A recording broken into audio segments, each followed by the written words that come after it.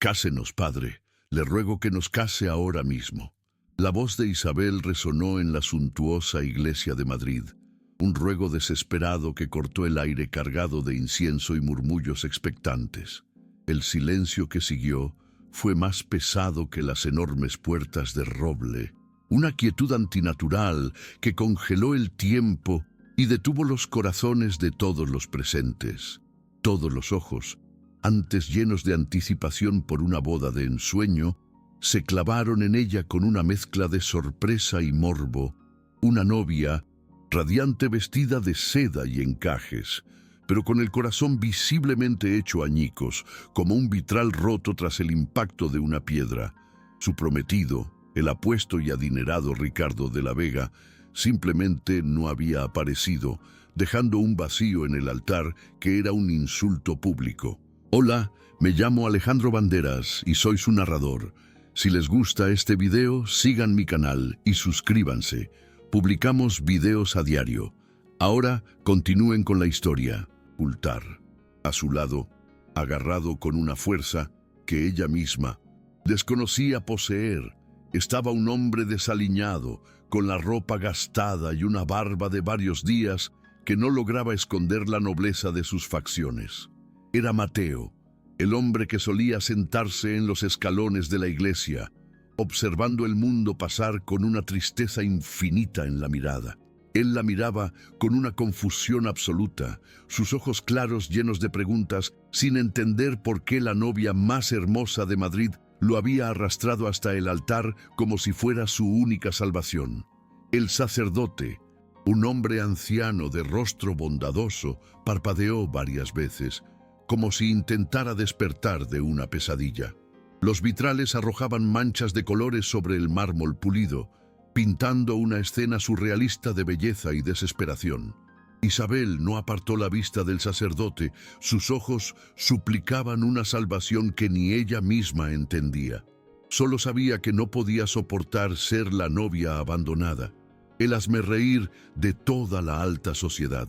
No puedo ser esa mujer, no lo seré, pensó con una ferocidad que la sorprendió. Hija mía, esto es una completa locura, un sacrilegio en la casa de Dios. No puedo hacer tal cosa, respondió el padre Manuel con una voz temblorosa que delataba su nerviosismo, ajustándose la estola dorada que le pesaba sobre los hombros como si fuera de plomo. Su mirada compasiva iba de la desesperación casi febril de Isabel a la perplejidad absoluta de Mateo, quien parecía un cordero llevado al matadero, un actor involuntario en una obra que no comprendía. Este hombre, ni siquiera sé quién es. El matrimonio es un sacramento sagrado, una unión bendecida por Dios, no un impulso nacido del despecho o la vergüenza. Pero Isabel no iba a rendirse. Había cruzado un punto de no retorno en su mente. Las lágrimas que había contenido con tanto esfuerzo y orgullo ahora amenazaban con desbordarse, pero las contuvo con la fuerza de su voluntad. Por favor, padre, le juro por lo más sagrado que es lo que quiero, no me deje sola aquí, frente a todos ellos. Le suplico que no me condene a esta vergüenza eterna. Haré cualquier penitencia que me pida, donaré hasta el último céntimo que tengo a la iglesia, pero no me niegue esto. Sálveme. No puedo fallar ahora, no después de esto, pensó ella, aferrándose a esa idea con la tenacidad de quien se ahoga y ve una tabla a lo lejos. Mateo, por su parte, permanecía en un silencio aturdido, abrumado por la situación. Olía a calle, a lluvia y a olvido. Su presencia era un grito silencioso que contrastaba de forma brutal con el perfume caro y la arrogancia de los invitados.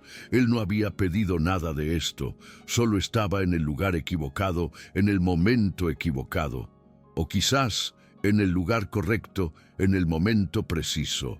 El murmullo entre los invitados creció hasta convertirse en un zumbido audible, una ola de juicio y escándalo que amenazaba con devorarla por completo.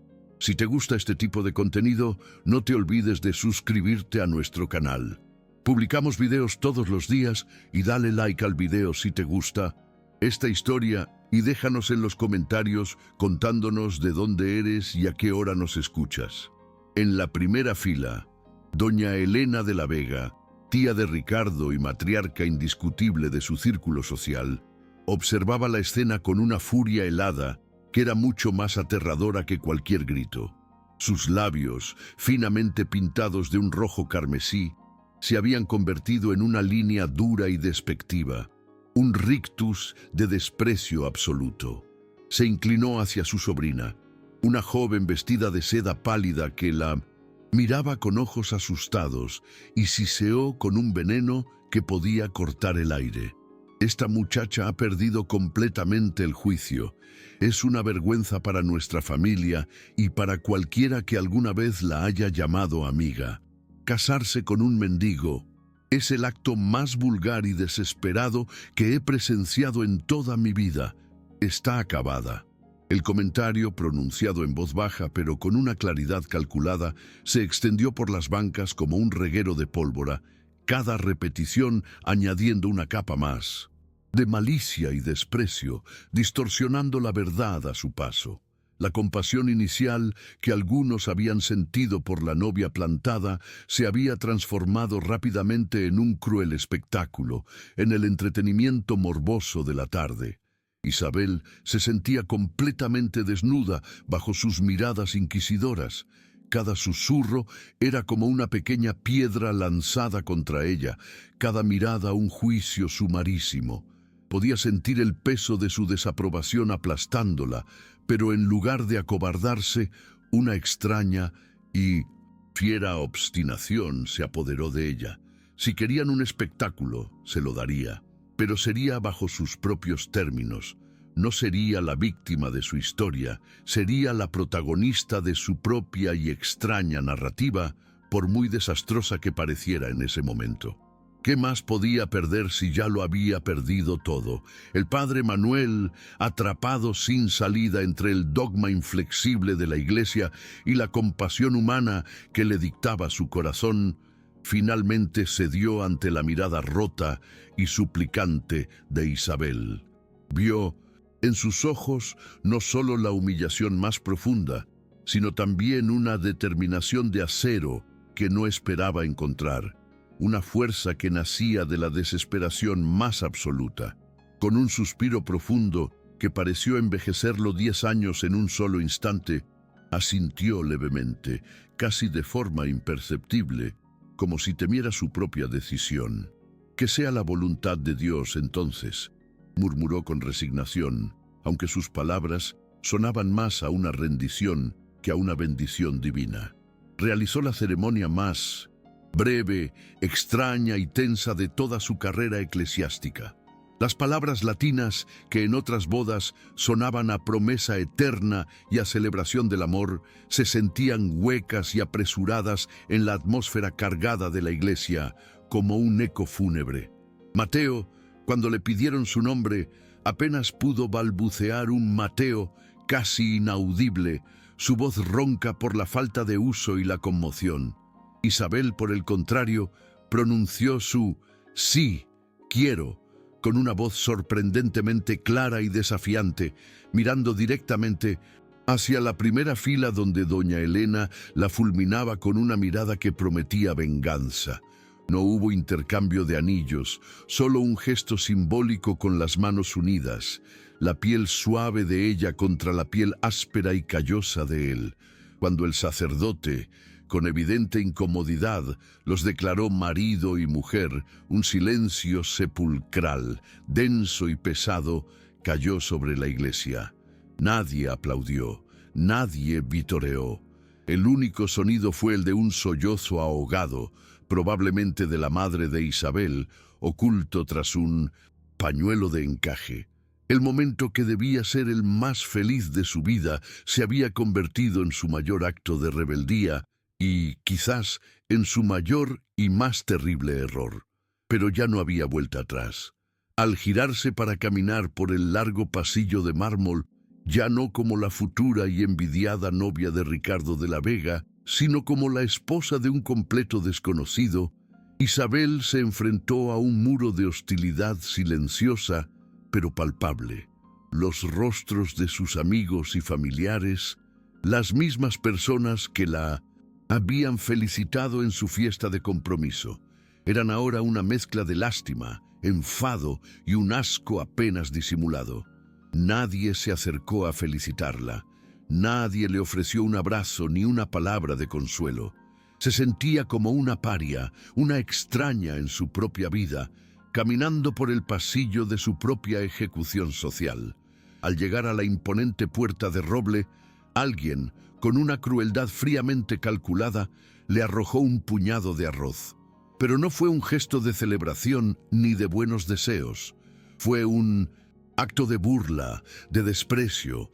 Los granos duros golpearon su velo y su vestido con un sonido seco y despectivo, un recordatorio físico de su nueva condición de marginada. Fue la primera humillación pública, un golpe bajo que la hizo tambalearse por un instante. Mateo, que caminaba a su lado en un silencio protector, reaccionó instintivamente. Sin pensarlo dos veces, la protegió con su cuerpo, interponiéndose entre ella y la multitud anónima y cruel.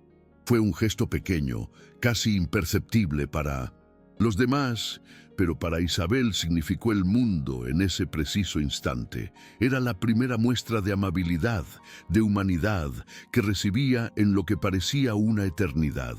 Salió de la iglesia con la cabeza tan alta como pudo, aunque por dentro se estaba desmoronando pieza por pieza.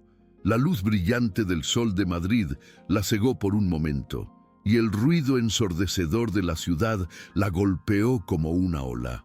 ¿Qué demonios había hecho? Y ahora, ¿qué iba a pasar con ellos? El camino hacia su apartamento fue un viaje silencioso y tenso en el taxi que su padre, con el rostro desencajado por una mezcla de decepción y dolor, había pedido para ella sin decir una palabra. Mateo miraba por la ventana, observando los edificios señoriales y las calles bulliciosas de Madrid como si fueran de otro planeta, un mundo al que nunca había pertenecido y al que ahora, de alguna extraña manera, estaba atado. Isabel, por su parte, no dejaba de mirar el reflejo de su vestido de novia en el cristal oscuro de la ventanilla. Era un vestido carísimo, un sueño de encaje y seda que había elegido con tanta ilusión y que ahora parecía un disfraz ridículo, una burla de sus esperanzas rotas. «Estoy casada con un hombre del que no sé absolutamente nada», pensó, un pánico frío recorriéndole la espalda.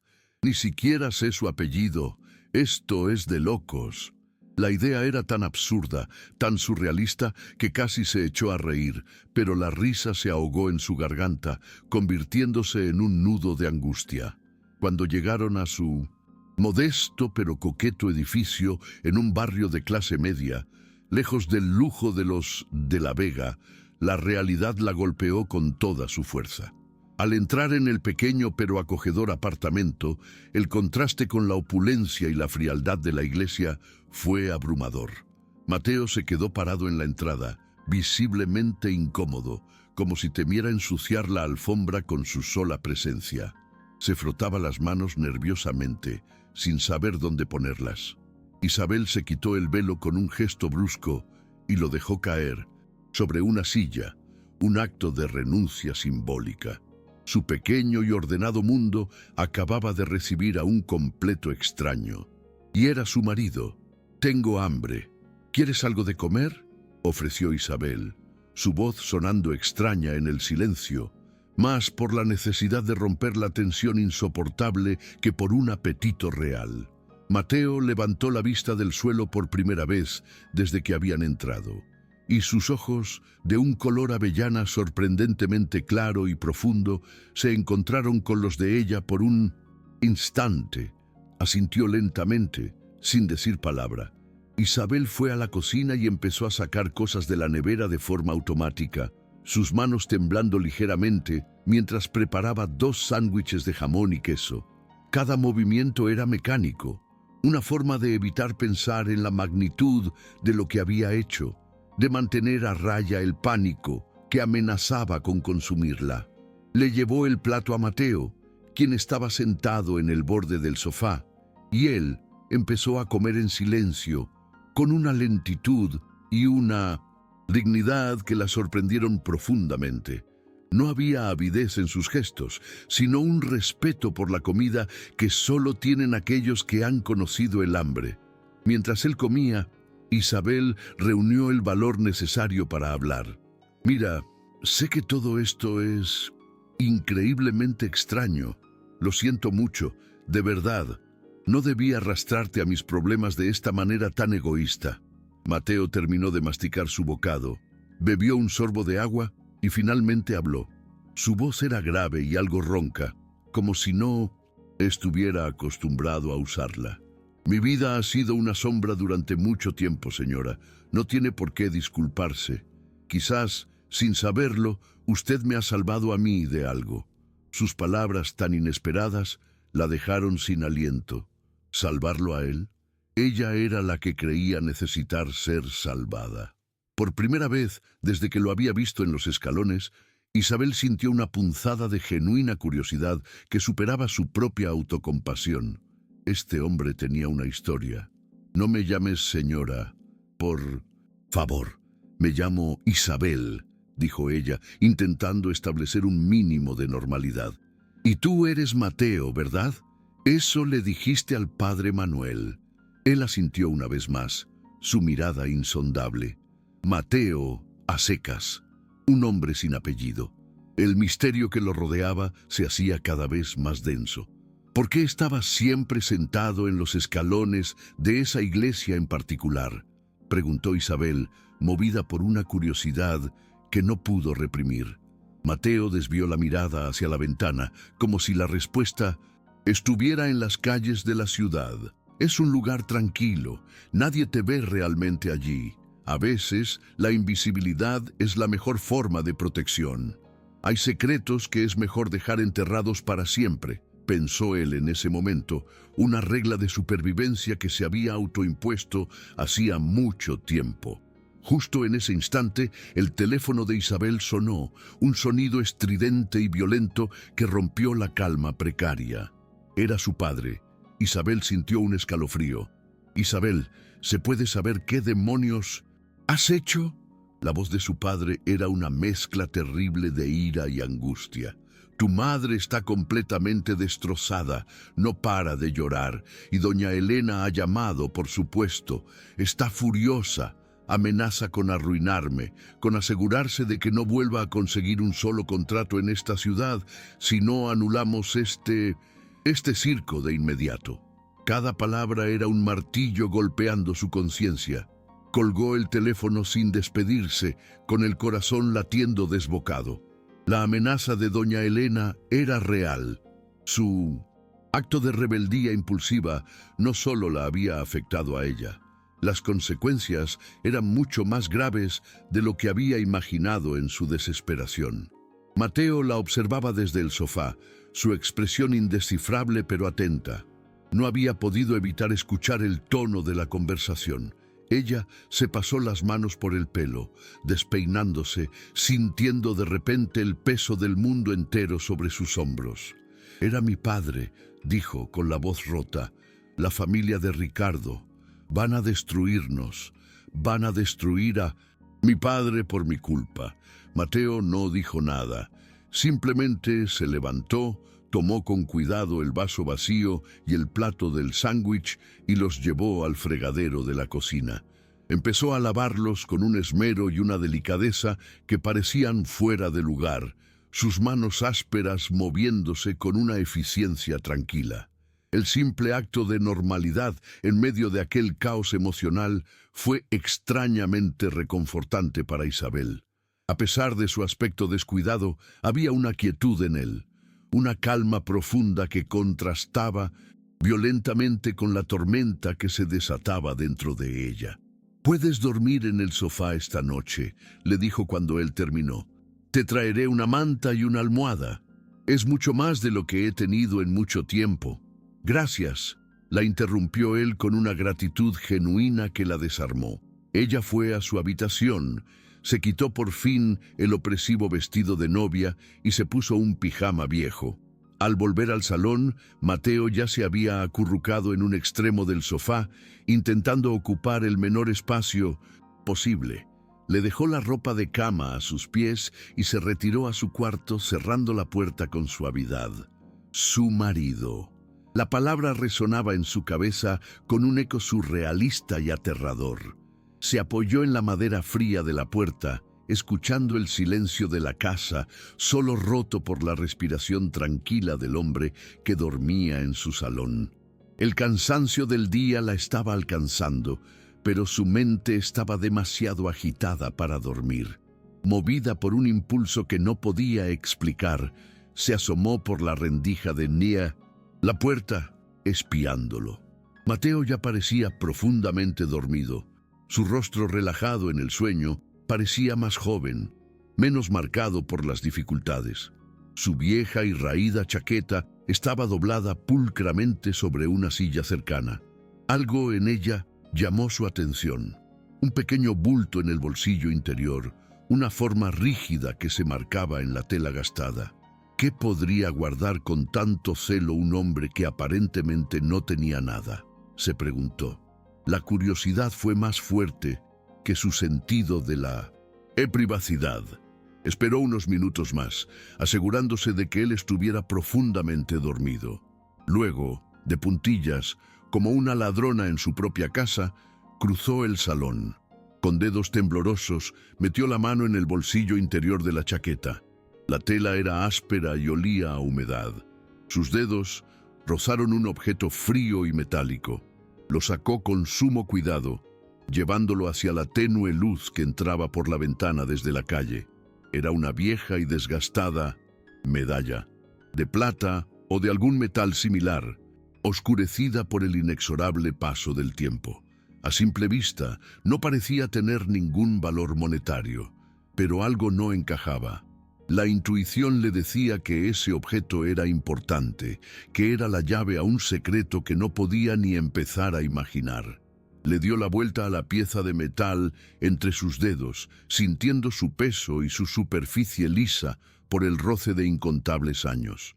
El reverso estaba igualmente desgastado, casi liso, pero al inclinarlo de una forma determinada para que captara la luz anaranjada de la farola, pudo distinguir una inscripción casi borrada. Las letras eran finas y elegantes, grabadas en un estilo antiguo que ya no se utilizaba. Tuvo que entrecerrar los ojos, acercando el objeto a su rostro, para intentar descifrar algo coherente en aquella superficie gastada. Pudo distinguir con cierta claridad una letra, una B mayúscula, seguida de lo que parecía una E y quizás una G, y debajo una fecha casi ilegible, de la que solo podía adivinar los dos primeros números, 1 y 9. El resto de las palabras eran un completo misterio, borradas por el tiempo y el constante roce. Esto no es una simple baratija de mercadillo, pensó Isabel, sintiendo un escalofrío recorrerle la espalda. Esto era una pista, una pequeña llave a un pasado que Mateo mantenía celosamente guardado bajo 7 llaves. Este objeto, tan insignificante en apariencia, conectaba a ese hombre silencioso y anónimo con algo o con alguien de su vida anterior. La pieza se sentía pesada en su mano, no solo por su peso físico, sino por el peso de los secretos que contenía. De repente, el hombre que dormía en su sofá ya no era solo un mendigo al que había usado para escapar de su propia humillación. Era un enigma viviente, y ella, sin quererlo, acababa de encontrar la primera pieza de un rompecabezas que no sabía si quería resolver, pero estaba preparada para descubrir la verdad que se escondía detrás. Volvió a dejar el objeto con sumo cuidado en el bolsillo de la chaqueta, colocándolo exactamente en la misma posición en la que lo había encontrado, borrando cualquier rastro de su pequeña investigación nocturna. Se retiró a su habitación con el corazón todavía acelerado, no solo por el miedo a ser descubierta, sino también por la emoción de un misterio incipiente. Se metió en la cama, pero sabía que no podría dormir.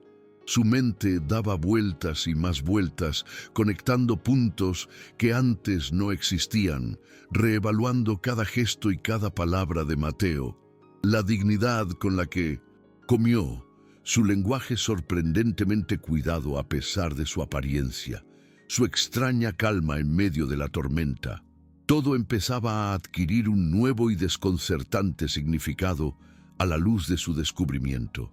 No era un hombre que lo había perdido todo. Quizás era un hombre que se estaba escondiendo de algo o de alguien. La amenaza de doña Elena, la posible ruina de su padre, su propia humillación social, todo eso seguía ahí, acechando en las sombras, pero ahora había algo más. Una pregunta que lo eclipsaba todo y que no la dejaba en paz. ¿Quién era realmente el hombre con el que se había casado en un arrebato de desesperación?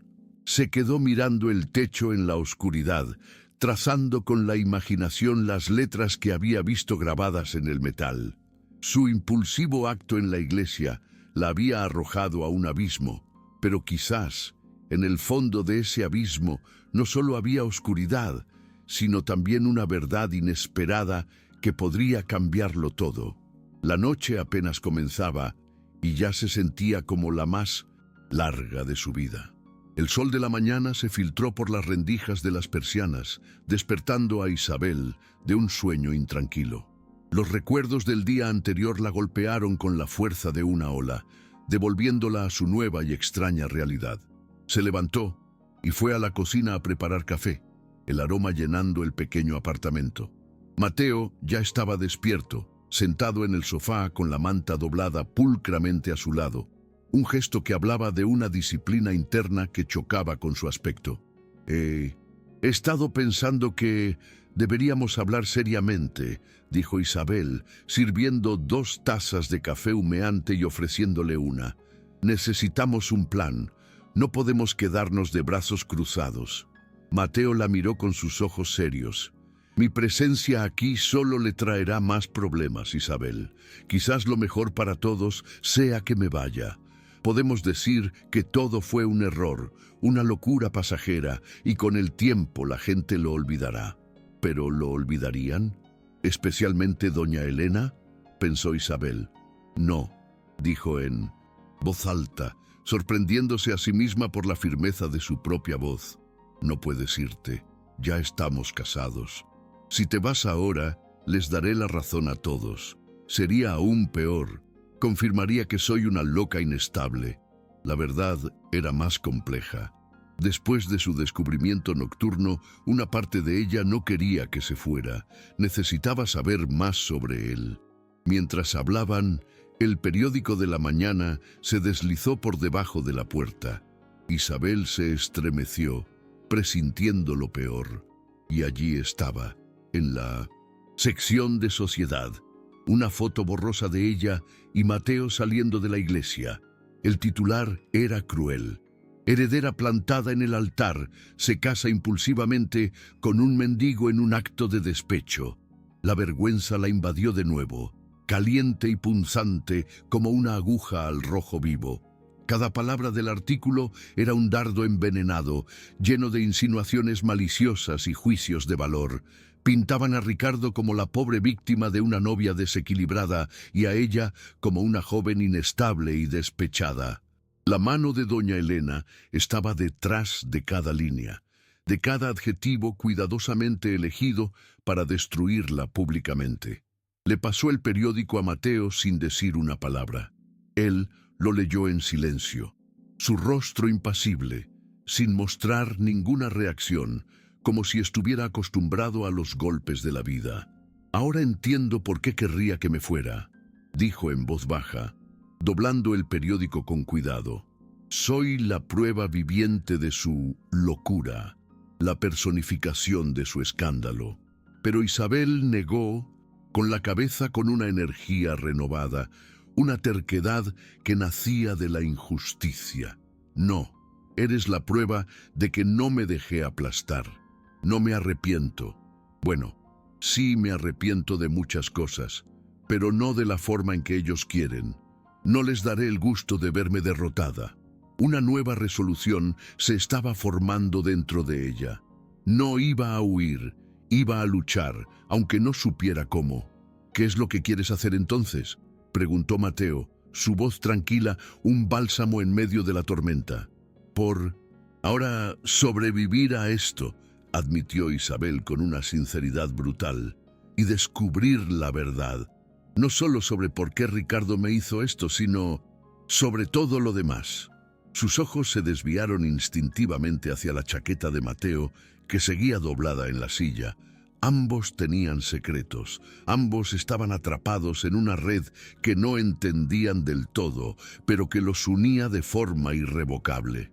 El timbre de la puerta sonó de repente, un sonido agudo y autoritario que los hizo saltar a ambos. Isabel se acercó a la mirilla con el corazón en un puño y su peor temor se confirmó.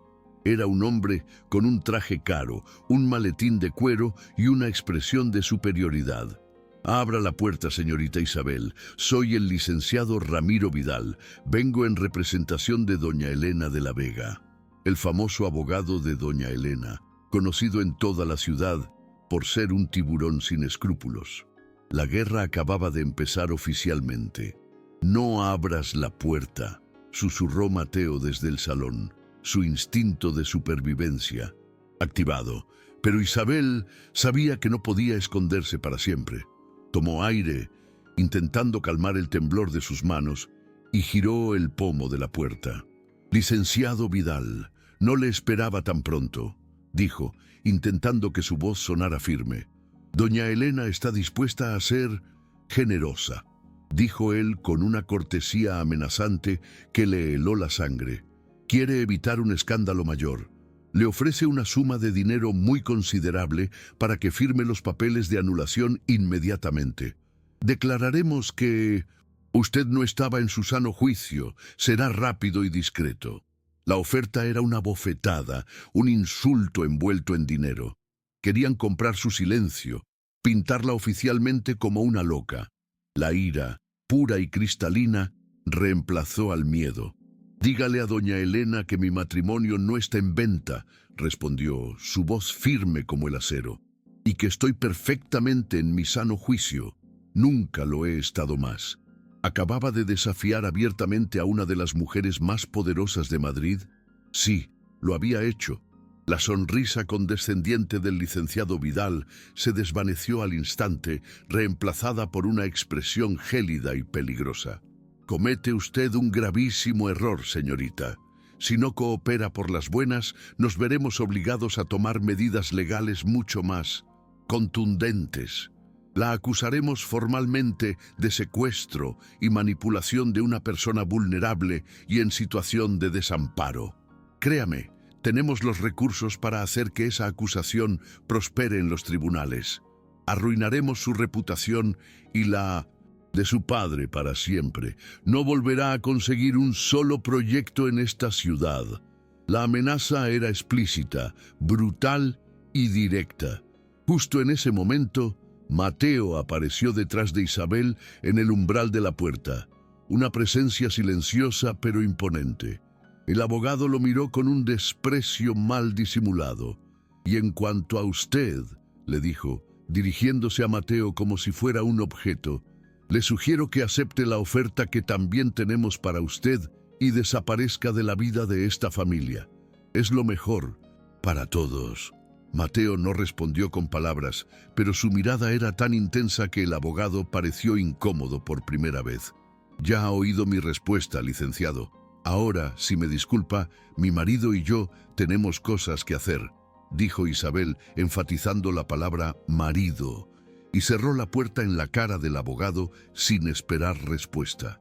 El sonido del cerrojo al girar resonó en el pequeño apartamento como un disparo de salida en una carrera mortal. La batalla legal y social había comenzado. «No sé si he hecho bien», pensó Isabel temblando. Isabel se apoyó contra la puerta con la respiración agitada. Acababa de declararle la guerra abierta a doña Elena de la Vega. Estaba aterrorizada, pero también sentía una extraña oleada de poder, la adrenalina de haber defendido su posición. Lo siento muchísimo, le dijo a Mateo, girándose para mirarlo. Te he metido en un lío terrible. Te están amenazando por mi culpa, por mi estúpido impulso. Él se encogió de hombros, un gesto simple que parecía restarle importancia a todo el asunto, como si las amenazas fueran algo cotidiano para él. Las amenazas no son nada nuevo para mí, Isabel, pero usted es mucho más fuerte de lo que cree. Su cumplido, tan inesperado y sincero, la tomó por sorpresa y la conmovió. Nadie la había llamado fuerte en mucho tiempo. La mayoría la consideraba frágil e impulsiva. Miró a Mateo, al hombre que era el epicentro de todo este huracán, y se dio cuenta una vez más de que no sabía absolutamente nada fundamental sobre él, y sin embargo confiaba en él. Era una confianza ilógica, instintiva. ¿Quién eres realmente, Mateo?, preguntó en voz baja, la pregunta que la había mantenido despierta toda la noche. Él la miró durante un largo rato, como si estuviera sopesando las palabras. Soy solo un hombre que intenta olvidar su pasado, respondió finalmente, su voz teñida de una tristeza infinita. Hay cosas en mi pasado que es mejor no desenterrar, créeme. Pero ya no estás en las sombras, Mateo, replicó Isabel con suavidad. Si alguien te estaba buscando, ahora, gracias a mí, saben dónde encontrarte. La tarde trajo consigo una nueva visita, o más bien, una nueva forma de acoso psicológico. Esta vez no fue un abogado con amenazas directas, sino un repartidor con un enorme y carísimo ramo de lirios blancos, las flores favoritas de Isabel, un detalle que solo su círculo más íntimo conocía. Por un momento fugaz y estúpido, su corazón dio un vuelco. Sería de Ricardo, un intento de... Disculpa. La tarjeta, sin embargo, disipó cualquier atisbo de esperanza. Estaba escrita con una caligrafía elegante y afilada. Para que adornes tu nueva y humilde vida, con mis mejores deseos para tu pronta anulación. Elena. Era un gesto cruel, una burla sofisticada envuelta en la belleza de las flores. Un recordatorio constante y malévolo de que la estaban observando, de que conocían sus gustos, sus debilidades, y de que no iban a dejarla en paz. Isabel tomó el jarrón con las flores y, en un arrebato de furia contenida, lo arrojó directamente a la basura, pétalos y cristal rompiéndose con un ruido sordo. Mateo, que lo había visto todo desde el sofá, se acercó a ella con calma. Simplemente puso una mano en su hombro, un gesto de apoyo firme y silencioso que valía más que 1000 palabras. No la dejes ganar, Isabel, dijo él con su voz grave. La ira es exactamente lo que ella quiere provocar en ti. La indiferencia, sin embargo, es lo que la destruirá. Sus palabras eran sabias. Las palabras de alguien que había luchado contra sus propios demonios durante mucho tiempo. Isabel respiró hondo, intentando calmar el fuego de su rabia. Tenía razón. No podía dejarse consumir por el odio. Tenía que ser más inteligente.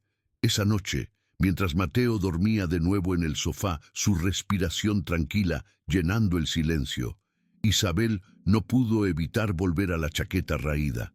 La curiosidad era una comezón persistente que no podía rascar, una pregunta que exigía una respuesta.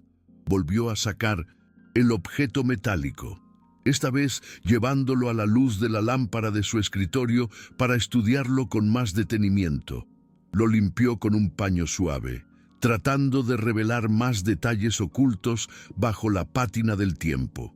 Al hacerlo, frotando con cuidado, una de las letras borrosas se hizo un poco más clara, más definida. B-E-G...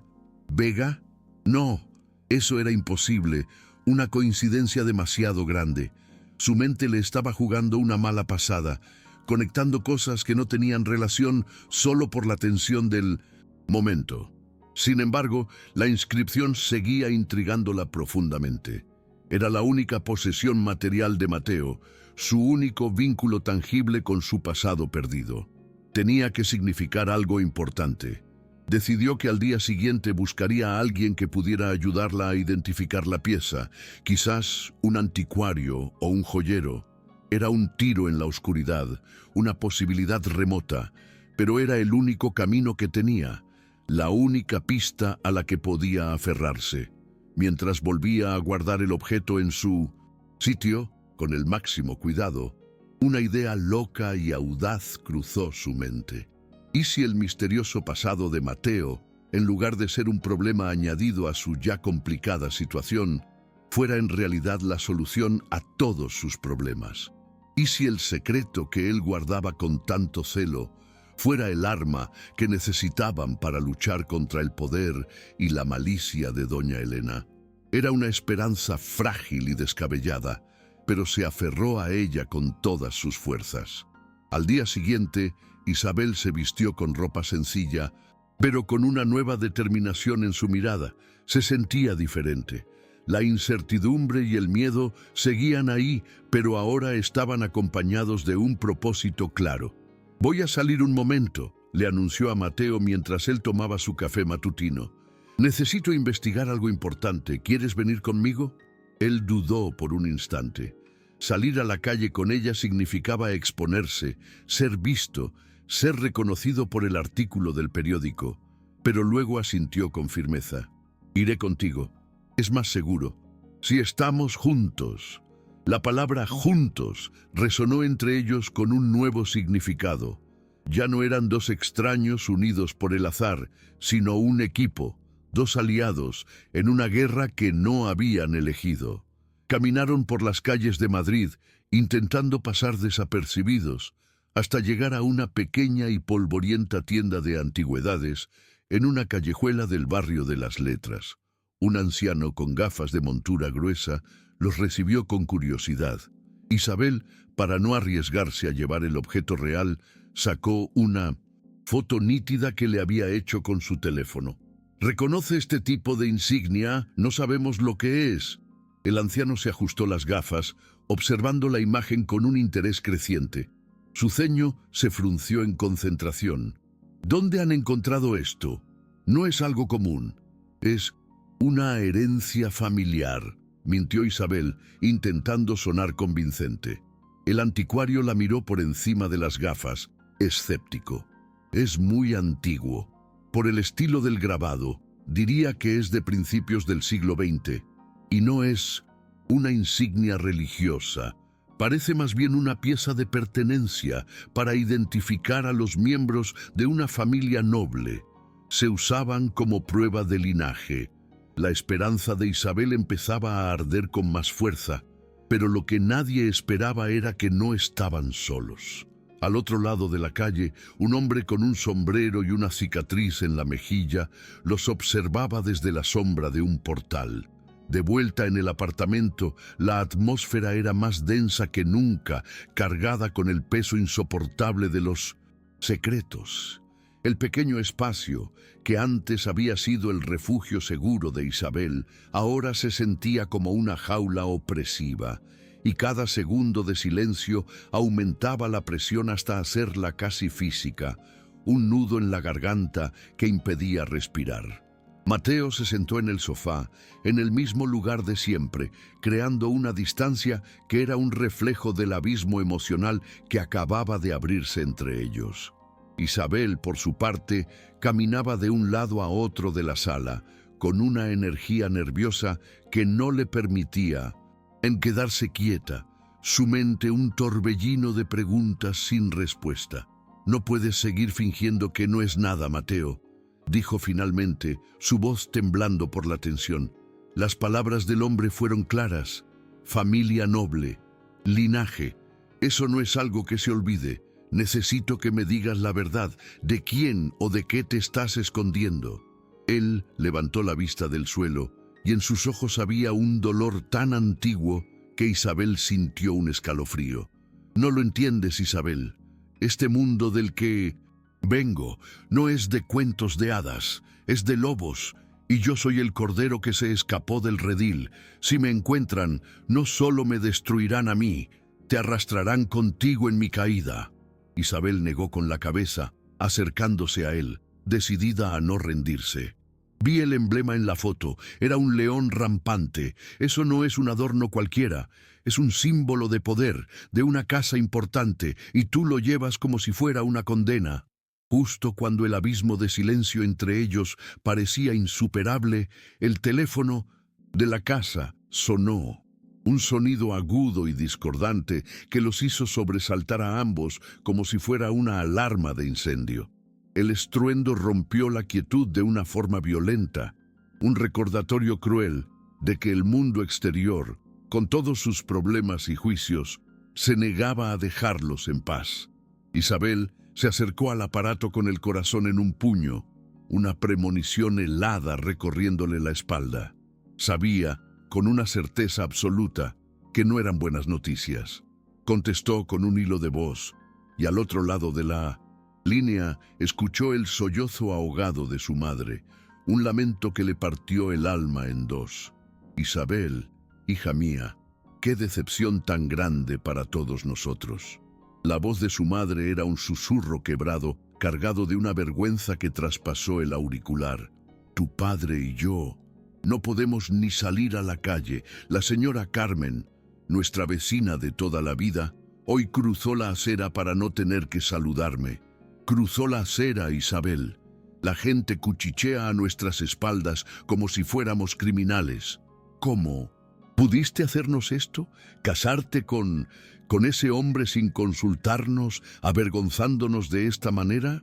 Cada palabra era una puñalada directa al corazón. Isabel apretó el teléfono, cerrando los ojos con fuerza. Sabía que doña Elena estaba detrás de todo, envenenando cada rincón de su vida, disfrutando de su poder para destruir. Algo estaba a punto de romperse dentro de ella.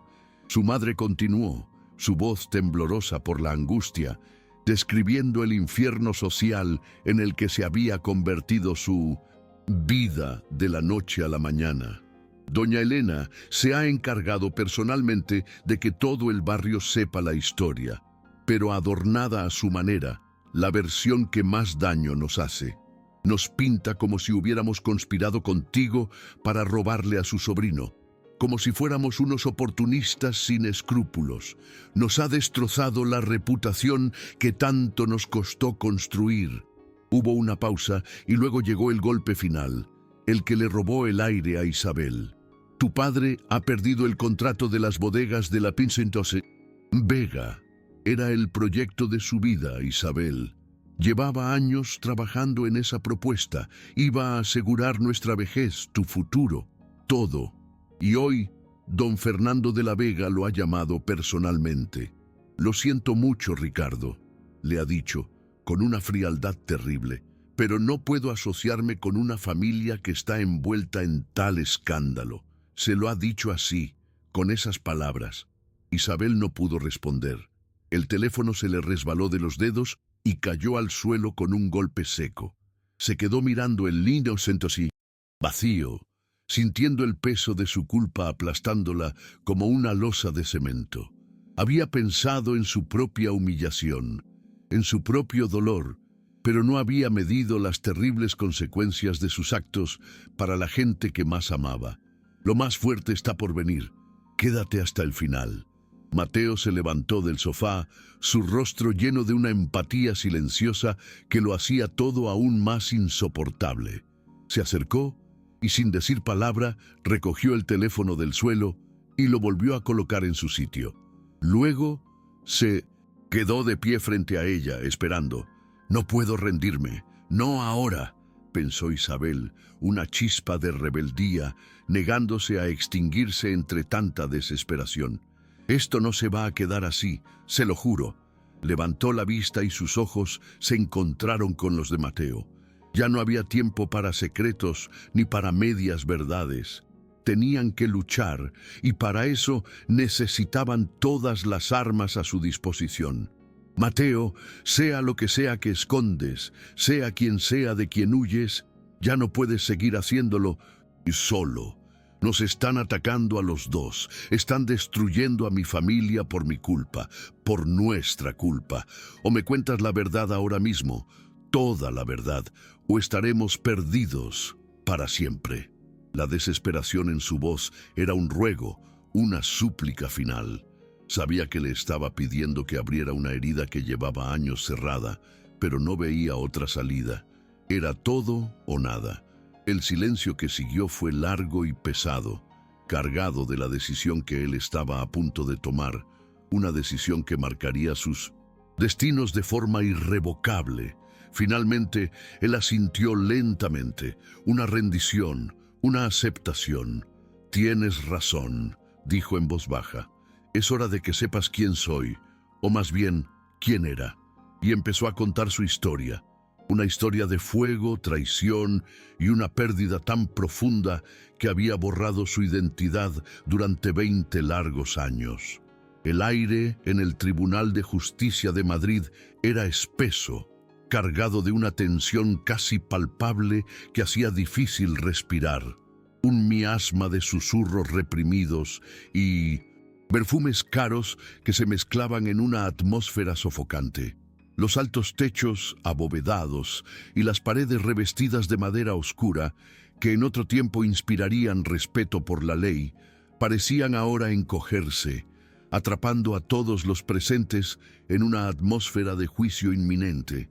La galería estaba completamente abarrotada, llena hasta los topes de periodistas con sus blocs de notas listos para la carnicería mediática. A su lado, miembros de la alta sociedad, vestidos con sus mejores galas, habían acudido para presenciar el espectáculo.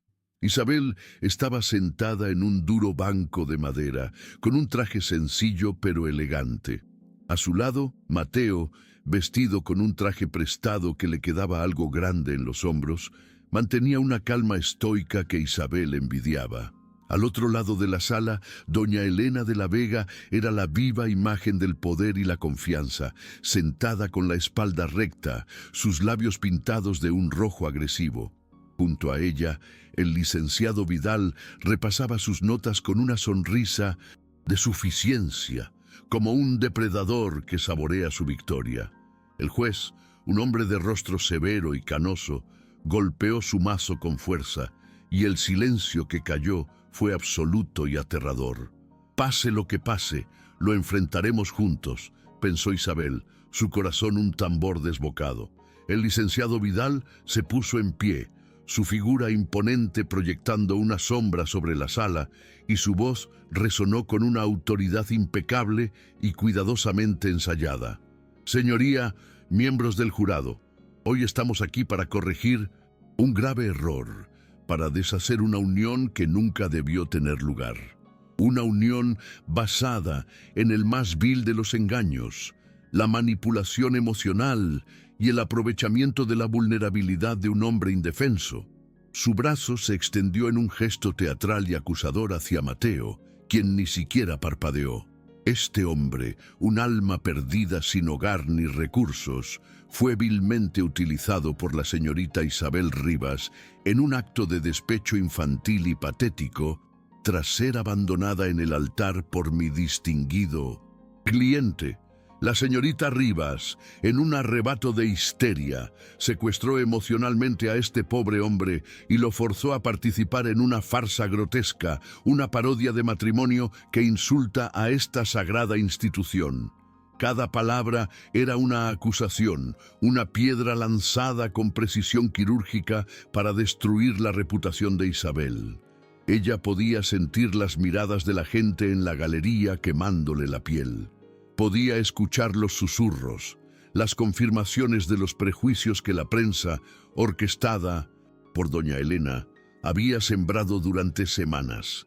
La humillación era un veneno lento que se extendía por sus venas, pero se obligó a mantener la cabeza alta. No les daría ese placer. El abogado continuó su ataque implacable, presentando un torrente de supuestas pruebas de la inestabilidad de Isabel, tejiendo una narrativa en la que ella era una villana desequilibrada. Mostró recortes de periódico con titulares sensacionalistas que la pintaban como una mujer desesperada. Citó testimonios anónimos de amigos preocupados, que en realidad eran contactos pagados por doña Elena. Con gran fanfarria, presentó un informe de un psicólogo comprado que la describía como una persona impulsiva, emocionalmente volátil y propensa a la fantasía. Ella no estaba en su sano juicio, señoría. Sus acciones no fueron las de una mujer racional, sino las de alguien al borde de un colapso nervioso. Y este matrimonio es el fruto amargo de esa locura temporal. Pedimos su anulación inmediata por el bien de la justicia y para proteger a la verdadera víctima de esta triste historia, el señor Mateo. La ironía era tan cruel, tan retorcida, que Isabel casi se ríe a carcajadas. Mateo, la víctima. Mateo, el hombre que le había mostrado más bondad y dignidad en unos pocos días que Ricardo en todos los años que habían estado juntos. El juez miró a Mateo, su expresión severa suavizándose por un instante. Señor Mateo, ¿tiene usted algo que decir en su defensa? ¿Confirma usted que fue coaccionado para contraer este matrimonio? Todas las miradas se volvieron hacia él. El silencio era total, expectante. Mateo se levantó lentamente, su movimiento deliberado y tranquilo. Se aclaró la garganta y con una voz firme que sorprendió a todos dijo: «No, señoría, no fui coaccionado. Acompañé a la señorita Rivas por mi propia y única voluntad».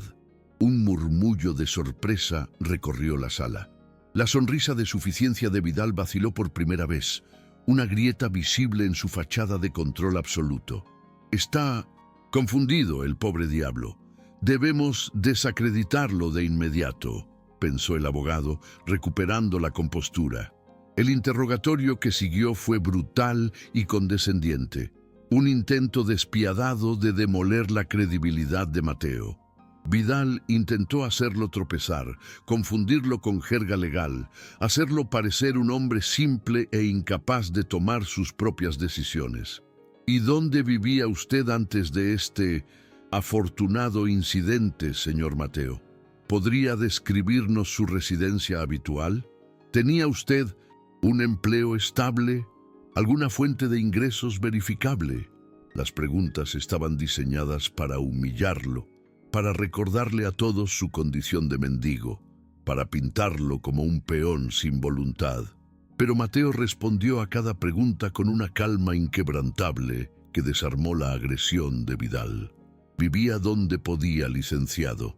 Y no tenía un empleo en el sentido que usted entiende. Mi única posesión verdadera era mi tiempo, y decidí dárselo a quien lo merecía. Su dignidad silenciosa era un arma más poderosa que cualquier argumento legal, una fortaleza que Vidal no podía derribar por más que lo intentara. Isabel lo observaba con el corazón en un puño, sintiendo una oleada de orgullo y un feroz instinto de protección hacia él. «Es más hombre que todos vosotros juntos», pensó con rabia contenida. Cuando Vidal terminó, visiblemente frustrado, pero creyendo haber demostrado su punto sobre la incapacidad de Mateo, llegó el turno del abogado de Isabel. Se llamaba David, un joven defensor público idealista que había aceptado el caso porque creía genuinamente en la inocencia de su clienta. David se acercó a Mateo no como a un testigo hostil, sino con una expresión amable y respetuosa. «Señor Mateo, sé que esto es increíblemente difícil para usted, pero necesito que le cuente al tribunal algo sobre su pasado. No sobre dónde dormía, sino sobre de dónde viene usted. ¿Podría hablarnos de su familia?» Vidal saltó de su asiento. «Objeción, totalmente irrelevante para el caso de anulación matrimonial». El juez lo miró con frialdad. «Denegada», dijo con una firmeza que no admitía réplica. «Quiero escuchar la respuesta. Prosiga, letrado». La pequeña victoria llenó de aire los pulmones de Isabel. David asintió al juez y volvió a dirigirse a Mateo, su voz suave y tranquilizadora. «Por favor, señor Mateo, cuéntenos». Un silencio expectante se instaló de nuevo en la sala, mientras todos se preguntaban qué podría revelar un hombre que aparentemente no tenía nada ni a nadie en el mundo. El destino de todos en esa sala estaba a punto de cambiar con sus próximas palabras. «No sé si estoy preparado para esto», pensó Mateo, sintiendo el peso de 20 años de silencio sobre sus hombros. Mateo desvió la mirada por primera vez, el dolor nublando sus ojos. «Mi familia murió hace mucho tiempo, en un accidente». Su voz era apenas un susurro, pero resonó en el silencio absoluto del tribunal, cargada de un dolor que se sentía en el aire. David asintió con una compasión sincera. «Lo siento muchísimo. Entiendo que es doloroso. Solo una pregunta más, si me lo permite. ¿Le dejaron algo, algún recuerdo, por pequeño que fuera, que conservara de ellos para recordarlos?» Mateo dudó un largo instante, su mano moviéndose instintivamente hacia el bolsillo interior de su chaqueta prestada. Isabel contuvo la respiración, sabiendo exactamente lo que venía. Lentamente, con un movimiento casi ceremonial, Mateo metió la mano en el bolsillo y sacó el pequeño objeto metálico. Lo sostuvo en la palma de su mano, la luz artificial de la sala reflejándose débilmente en su superficie desgastada. «Solo esto. Me lo dio mi padre justo antes de todo». La sala contuvo la respiración colectiva, intrigada. David se acercó con cuidado. «¿Podría describirnos qué es, para que conste en acta, por favor?» Mateo lo miró, su expresión perdida en el recuerdo. Es una pieza de metal. La verdad es que no sé muy bien qué es».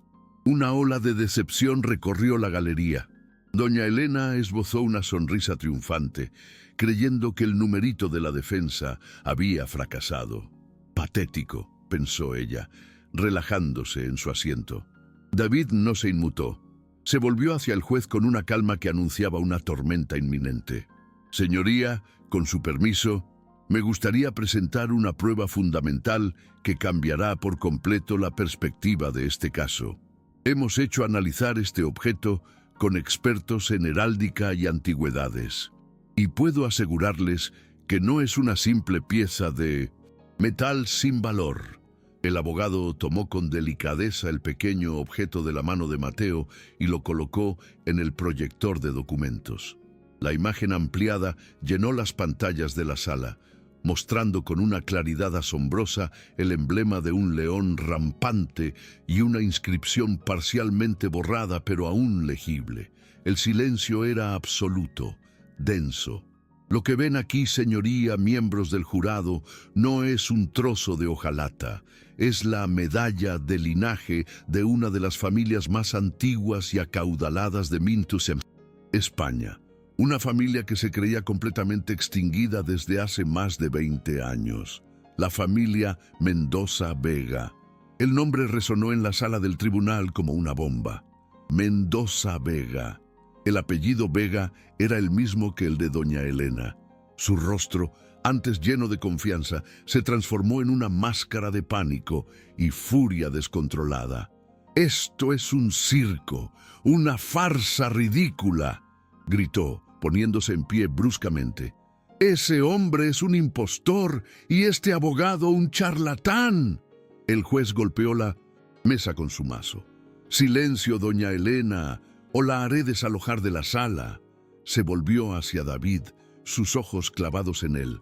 «Continúe, letrado, pero más le vale que esto lleve a alguna parte concreta. Si esta historia te tocó el corazón, comparte para que llegue a más personas». David, ahora con una confianza renovada que electrizaba el aire, llamó a su siguiente y último testigo. Un hombre anciano, encorvado por los años y con la ropa gastada pero limpia, avanzó lentamente hacia el estrado con la ayuda de un bastón. Era Anselmo, el anciano que a veces se sentaba cerca de Mateo en los escalones de la iglesia. Vidal se burló en voz alta, intentando recuperar el control. «¿Y qué va a testificar este hombre? El precio del cartón en el mercado negro. Esto es absurdo, señoría». Pero la sonrisa se le borró de la cara cuando Anselmo, tras jurar decir la verdad con una mano temblorosa sobre la Biblia, comenzó a hablar con una voz frágil pero clara. «Yo conocí a los padres de este muchacho. dijo señalando a Mateo con un dedo nudoso. Yo trabajaba en las bodegas de don Alejandro Mendoza Vega. Era el capataz, un buen hombre, el mejor patrón que tuve en toda mi vida, justo y generoso. La sala se sumió en un silencio aún más profundo, casi reverencial. Esto no puede ser verdad, no puede estar pasando, pensó doña Elena, sintiendo que el suelo se abría bajo sus pies y que su mundo perfectamente construido se desmoronaba ladrillo a ladrillo. Un sudor frío comenzó a perlar su frente, arruinando su impecable maquillaje. La pesadilla apenas comenzaba para ella. Anselmo continuó su relato con una claridad sorprendente, sus recuerdos fluyendo como si el suceso hubiera ocurrido ayer y no hace más de 2 décadas. Recuerdo perfectamente el día del accidente. Un incendio terrible en la finca principal. El fuego lo devoró todo en cuestión de horas. Todos pensamos que habían muerto los 3, don Alejandro, su esposa doña Sofía y el pequeño Mateo, que apenas tenía 5 años. Fue una tragedia que conmocionó a toda la comarca. Hizo una pausa, su mirada perdida en el pasado. Pero siempre hubo rumores. Rumores que los poderosos acallaron con dinero y amenazas. Rumores de que el fuego no fue un accidente. Rumores sobre el socio de don Alejandro, un hombre muy ambicioso llamado Héctor, que curiosamente se hizo con todo el control de los negocios después de la tragedia y desapareció. La sala escuchaba en un silencio absoluto cada palabra de Anselmo tejiendo la trama de una conspiración olvidada. El anciano miró directamente a Mateo y sus ojos se llenaron de lágrimas. No sabía que eras tú, muchacho, hasta que te vi el otro día con la señorita en el periódico. Pero ahora te veo bien. Tienes los mismos ojos que tu padre, esa misma mirada noble. La emoción en su voz era genuina e innegable. David presentó entonces su última prueba, una vieja fotografía en blanco y negro. Mostraba a un hombre apuesto y una mujer elegante con un niño pequeño entre ellos. El hombre llevaba colgado del cuello un objeto que brillaba a la luz. Era idéntico al que Mateo tenía en sus manos. El niño de la foto, aunque más joven, era inconfundiblemente Mateo. El rompecabezas estaba completo. La revelación cayó sobre la sala del tribunal con el peso de una sentencia de muerte. El murmullo se convirtió en un clamor ensordecedor.